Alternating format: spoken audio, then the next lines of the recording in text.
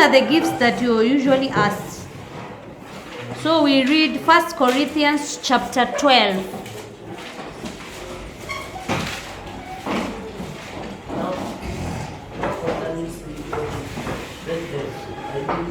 I do not want you to be informed.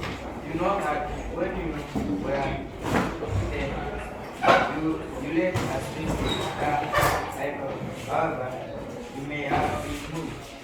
Therefore, I want you to understand that no one speaks by the Spirit of God ever speaks. Jesus speaks us, and no one can say Jesus is Lord, except by the Holy Spirit.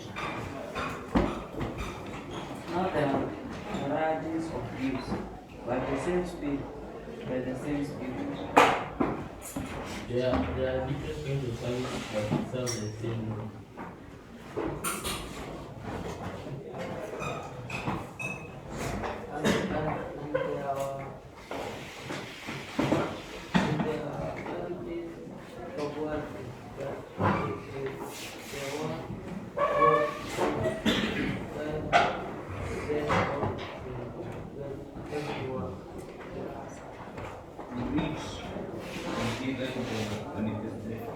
Manifestation of the Holy Spirit to the common good.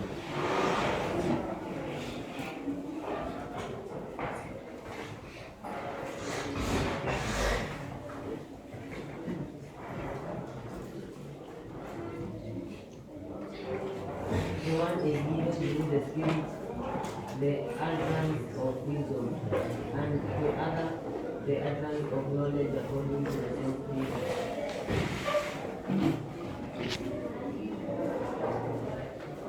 Continue. To another is the same Spirit. To another is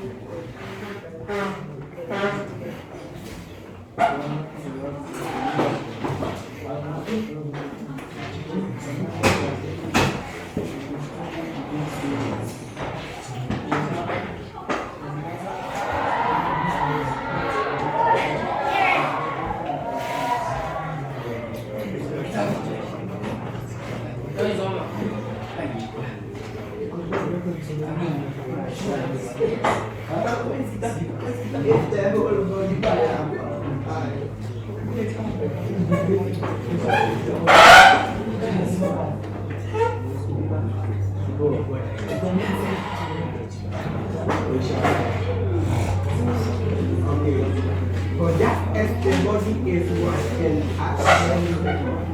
and all the members of the body, through many are one body, so it is with Christ.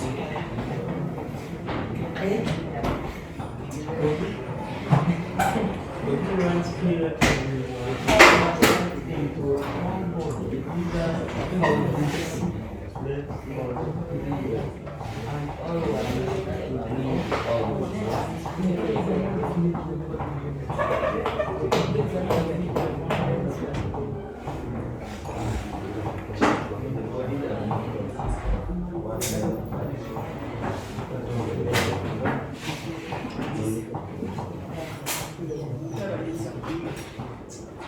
If the food should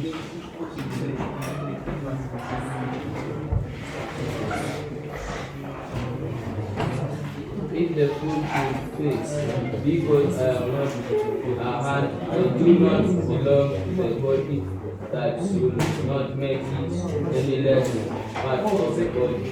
And if the ear can say, because I am not an eye, I do not belong to the body, that will not make it any less a part of the body. If the whole body were an eye, where would be the hearing? If the whole body were an ear, where would be the sense of smell? But as God arranged the organs in the body, each one of them has its shape.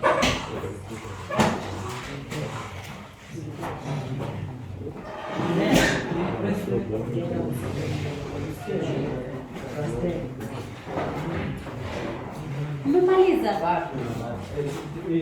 There are many parts, yet one body.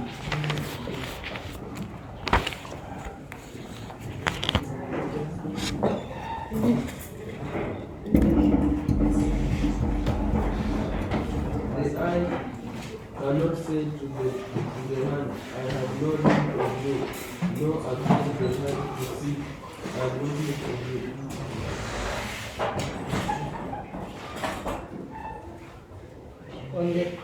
On the contrary, the parts of the body that seem to be weaker are indispensable.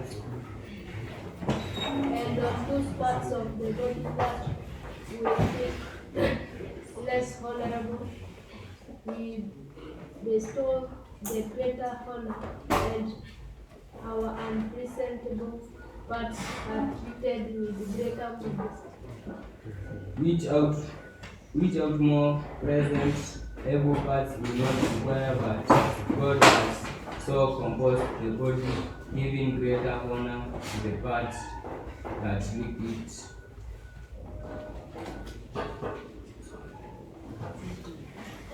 That there are many be not discovered in the body, but that the members may have the same care for one another.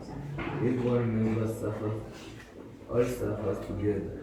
If one member is honored, all is together. Now you are the body of Christ and individually members of it, and God has appointed each in the church first apostles, second prophets, third teachers, then workers of miracles, then healers, helpers, administrators, speakers, in various kinds of tongues. Our apostles are all prophets, are all teachers, do all miracles, do all possess gift of healing, do all speak in tongues, do all interpret. But actually desire the higher gifts, and I will show you a still more excellent way on it.